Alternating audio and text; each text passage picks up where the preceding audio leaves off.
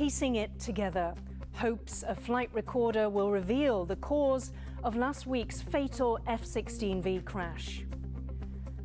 More closures. A factory stops production and schools close as COVID-19 continues to spread in northern Taiwan. Catastrophic damage. Relief efforts hampered by a blanket of ash and a communication blackout in Tonga. Plus, I'm James Chater for TaiwanPlus here at Taipei's Huashan Creative Park, where we're catching a first glimpse of Road to Legacy, a series showcasing the diversity of Taiwan's musical talent.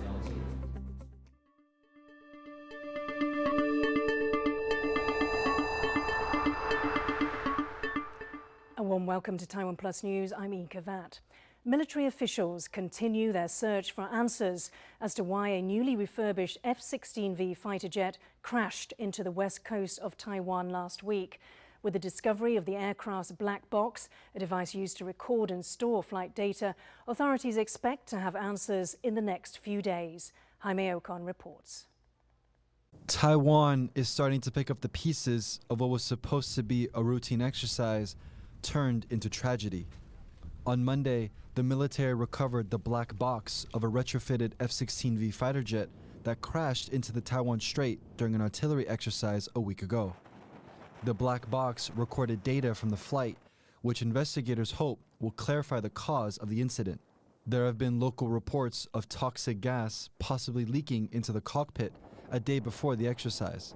它是需要具有非常大的一个喷射动力的，所以才采取联氨这样的一个气体。OK， 严格讲，它在一般我们做法是液体啦。OK 啊，那在燃烧的时候，它产生大量废气，然后去喷射这样。Human remains discovered on Friday were confirmed to belong to the pilot, Chen Yi, who officials say died from shock caused by trauma. Experts are urging the public not to make assumptions until more information is known. 无线电或是说照片来、影片来判断，说飞机内部有什么故障灯亮起来，这个我觉得就是太过于妄断。 But what is certain is that Taiwan isn't taking any chances with its newest and most advanced aircraft. Since the incident, all F-16Vs, the fighter jet commonly used to monitor Chinese incursions, have been grounded for inspection. With over 141 F-16s to be retrofitted into F-16Vs, Taiwan wants to be sure that it safely upgrades its fleet, which is now down by one. Chris Ma and Jaime Ocon for TaiwanPlus. New measures are being put in place to stop the spread of COVID-19 in northern Taiwan, with 17 new domestic cases reported on Tuesday. More people are now working from home, a factory has suspended production, and junior and senior high schools in Taoyuan are beginning their Lunar New Year holidays early. Sandy Chi has the story. Streets in Taoyuan, northern Taiwan, are being disinfected as the number of COVID cases is on the rise. Classes in some schools have been suspended and a factory has closed due to local transmission. Contract laptop maker Compal Electronics has closed the factory in Taoyuan City for disinfection for a week. 1,500 of its workers are being tested for COVID after several were confirmed to be infected. Compal said the temporary shutdown would not significantly affect its business, with plants in China and Vietnam filling in the production gap. Most local cases in Taiwan have been linked to a Taoyuan airport cluster earlier in January. Over 90 patients have been reported so far, and over a third of them infected with the Omicron variant. As the virus breaches the community, several financial companies, electronics companies, and telecoms have stepped up prevention measures, allowing some employees to work from home, while front office staff are working in staggered shifts. Elsewhere in Taiwan, more local cases have been reported, putting the government on high alert for the upcoming college entrance exam. The examination will be conducted under strict prevention measures. It is mandatory for all examinees to wear masks and take temperature checks. No companions are allowed to the test site. As for students in quarantine, the government has put together another plan. 每一个分区学校都准备发烧市场跟备用市场，发现有这种情形的话，就是到这些市场来应试。居家隔离跟居家检疫，这个我们都会跟地方卫生单位进行勾稽，一律到我们另外设的隔离市场。To date, Taiwan has confirmed more than 17,000 COVID-19 cases since the pandemic began in early 2020. which includes more than 14,500 domestically transmitted infections. Authorities are working to make sure the number doesn't rise much further. Alex Chen and Sandy Chi for TaiwanPlus. Reports are emerging of catastrophic damage on Tonga's outlying islands following Saturday's massive volcanic eruption. Thick ash covering an airport runway is delaying aid deliveries to the island nation. Tonga remains cut off from the rest of the world, and details on the extent of the damage are only just beginning to trickle out. Bing Wang reports. This satellite image captures the most powerful volcanic eruption of the last 30 years, an undersea volcano off Tonga shooting ash clouds into the sky on Saturday. It blanketed the entire island nation and was felt across the Pacific. We spoke to some of our families and relatives and also to our Ministry of Foreign Affairs of Tonga just before the communication was down, and I tell you, it was unbelievable, and they were not able to explain to us the noise and the sound and what happened at the time. Scientists captured the volcano already spewing ash into the sky before the major eruption, which severed the main underwater cable connecting Tonga to the world. With communications down, the scale of the disaster remains unknown. Now, what we do know is that the ashfall has been significant and the tsunami waves have been destructive, but we don't know the extent of the damage. So we can be fairly confident that the ashfall, the combination of ashfall and the tsunami waves will have caused water contamination.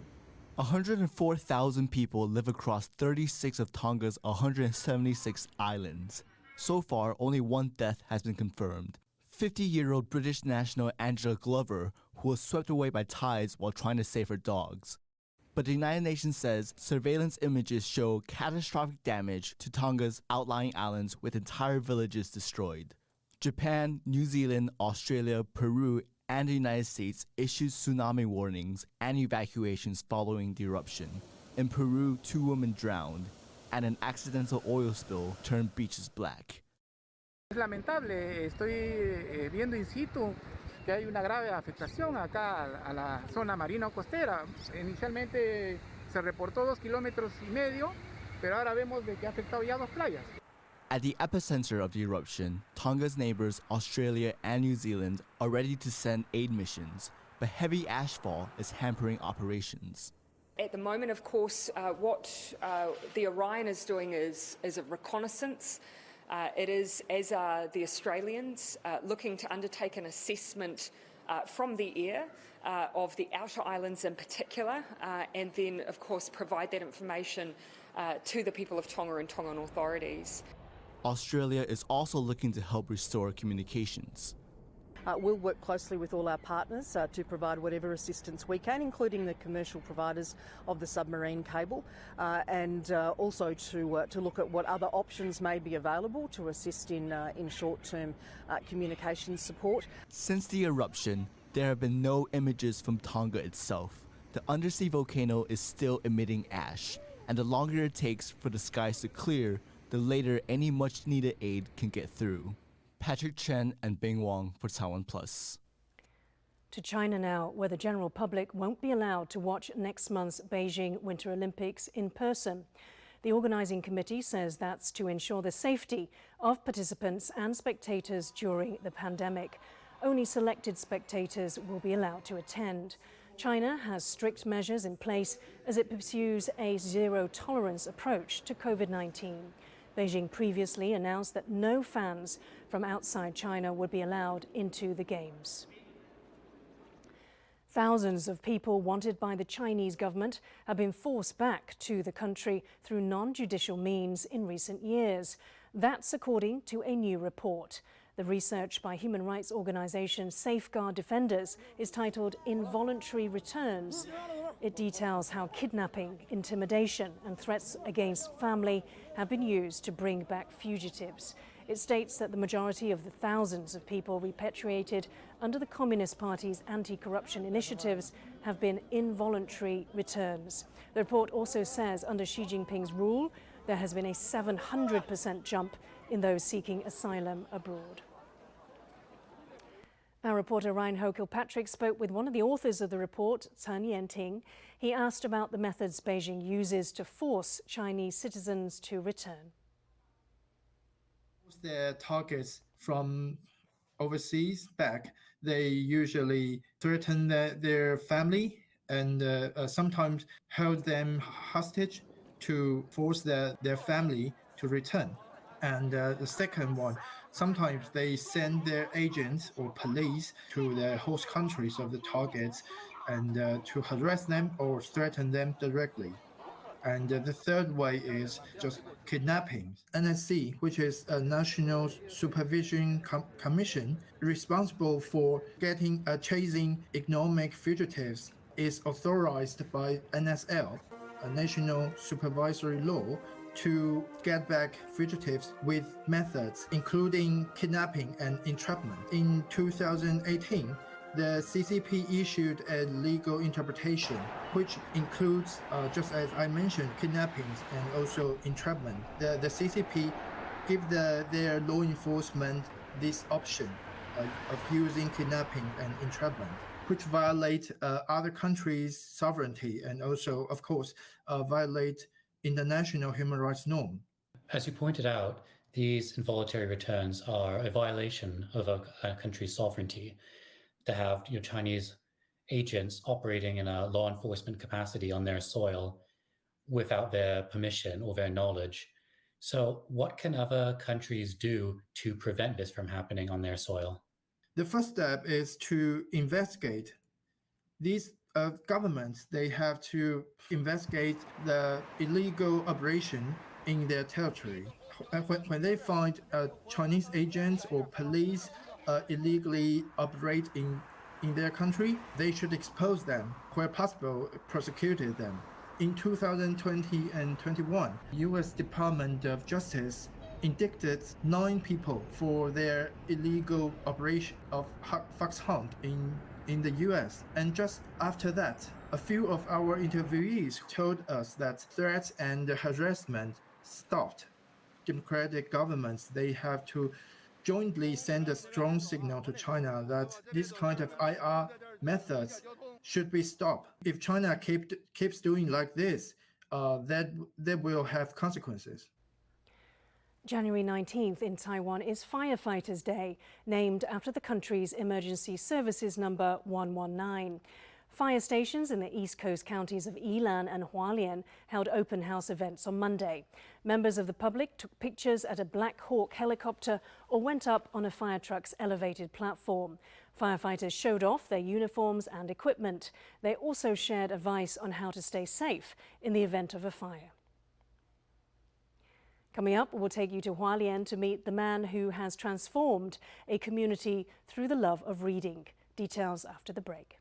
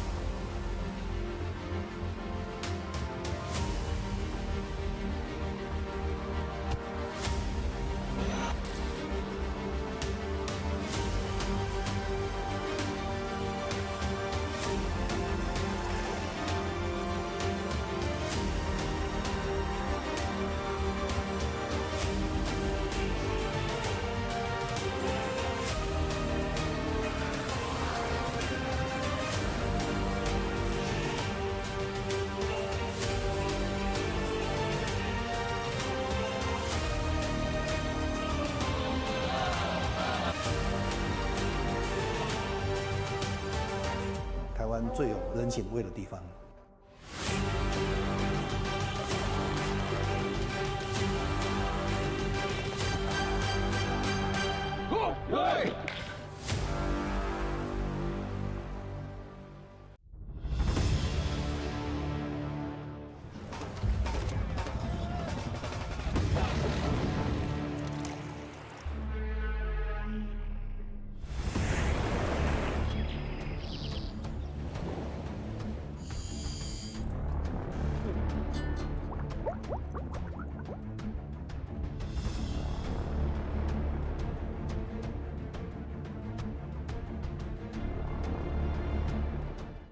Thank you for watching Taiwan Plus. For more great news from Taiwan and around the world, download the app Taiwan Plus.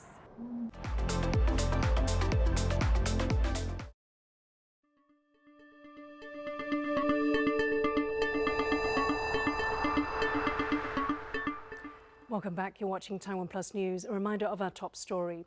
Military officials continue their search for answers as to why a newly refurbished F-16V fighter jet crashed into the west coast of Taiwan last week.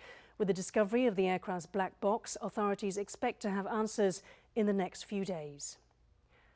Let me take you through some of the stories making the international headlines. A Saudi-led coalition has launched retaliatory attacks on the capital of Yemen, a day after drone strikes near Abu Dhabi's main airport killed 3 people. Iranian-backed Houthi forces in Yemen claimed responsibility for the drone attack, which killed 2 Indian nationals and 1 Pakistani. They said it was in response to the UAE's involvement in the Saudi-led coalition fighting in Yemen. The US, France and the UN have all condemned the Abu Dhabi attack, which marks a new escalation of the conflict that has been ongoing since 2015.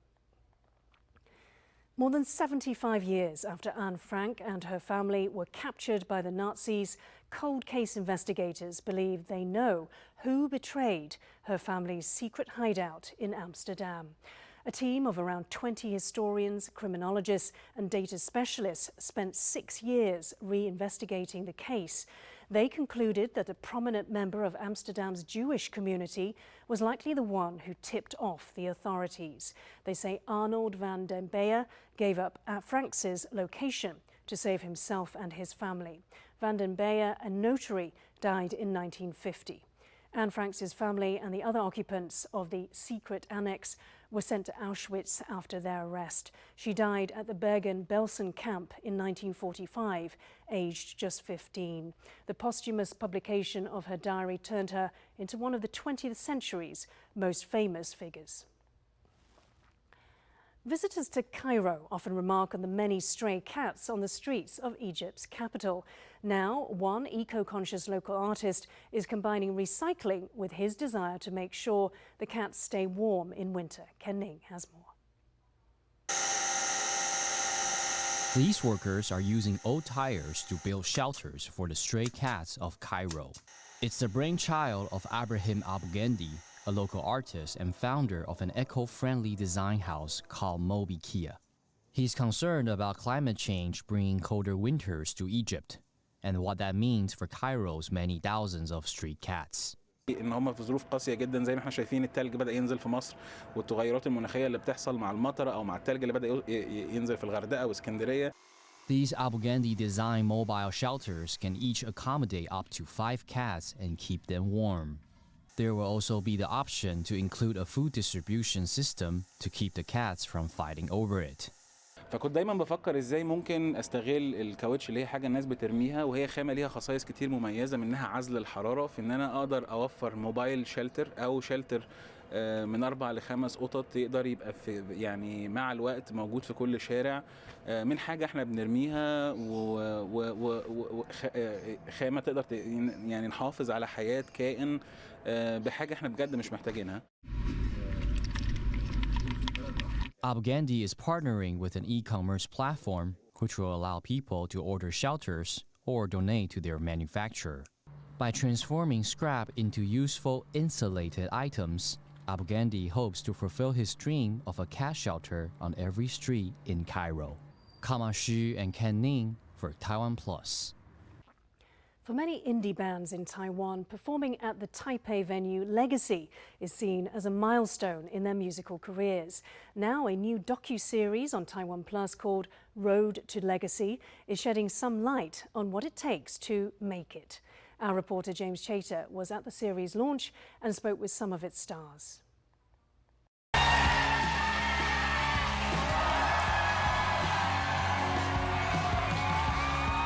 Road to Legacy, a new docuseries for a new perspective on Taiwan's musical scene. It's been 2 years in the making after filming was delayed due to the pandemic, but viewers can finally catch the new series offering a behind-the-scenes look at the creative and personal lives of 10 musical acts. On Monday, the stars of the series walked the red carpet at Legacy, the legendary Taipei venue the documentary is named after, before their first glimpse of the new 10-part project.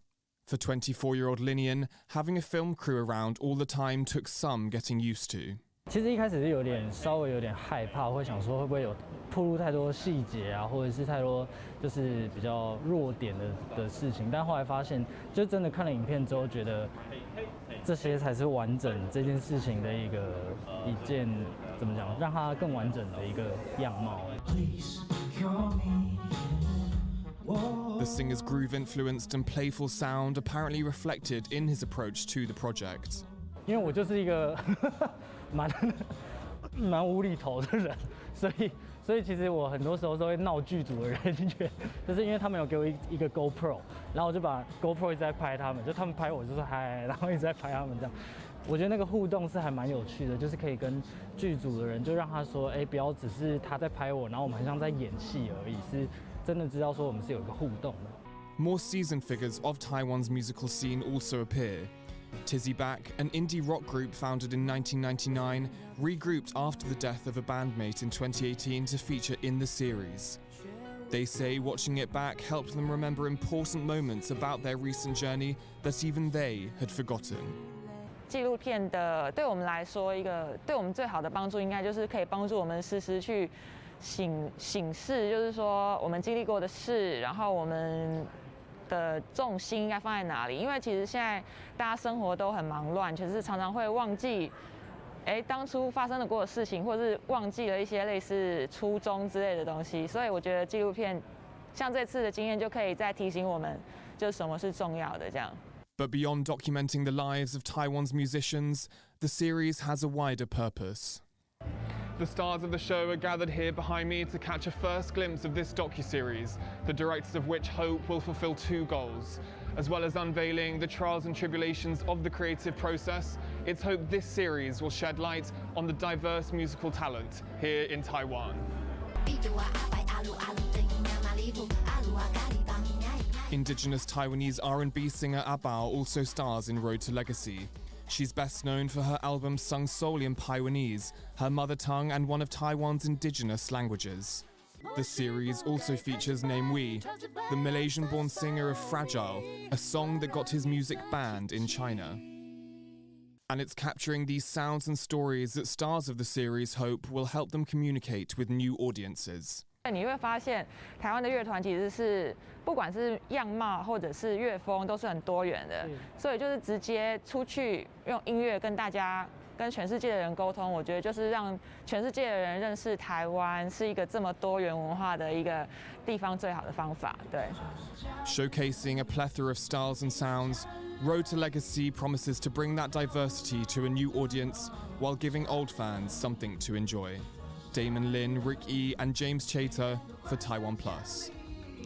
The first 3 episodes of Road to Legacy are now available on TaiwanPlus.com.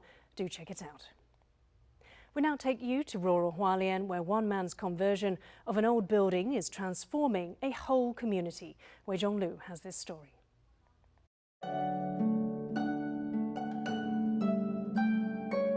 On most days, people in this small Hualien community on Taiwan's east coast can be found gathering at this old house. It was converted into a space for learning in 2017 by a baseball fan from the Southwest, who first moved here to promote the sport. 7、8年前的时候来这边成立棒球队，因为其实在偏乡的话，当然书店也少，艺文活动也少，然后当然就是我们可以把孩子的课服的部分，然后也一起在书店这边一起可以做。Etude was born from Huan Wei's initial interactions with local children. He wanted to give them better access to educational resources. The books are donations from across Taiwan, and children now drop in after school to study. 现在人越来越多，然后所以我们就到周边，我又租了另外一个空间，然后成为食堂，所以我们也会在食堂跟书店两边客服。It's not only the children who visit, but also other locals and tourists. Aside from expansion plans, Hu has more activities lined up for the community. 1到5的时候，然后我们会带小朋友去跑步，小孩，然后很有精神活力。大人也会看到说，小朋友也在努力，在完成他自己的目标。This unique learning space has become a turning point for Hu and his neighborhood, recharging the community with renewed vitality and hope. Maggie May, Wei Zhonglu for TaiwanPlus. Thanks for watching Taiwan Plus News. I'm Yin Khvat. We'll leave you with pictures of sea turtles that were rescued from plastic waste and now returned to the wild in Argentina. For more stories from Taiwan and around the world, please download the Taiwan Plus app. Stay safe and see you next time.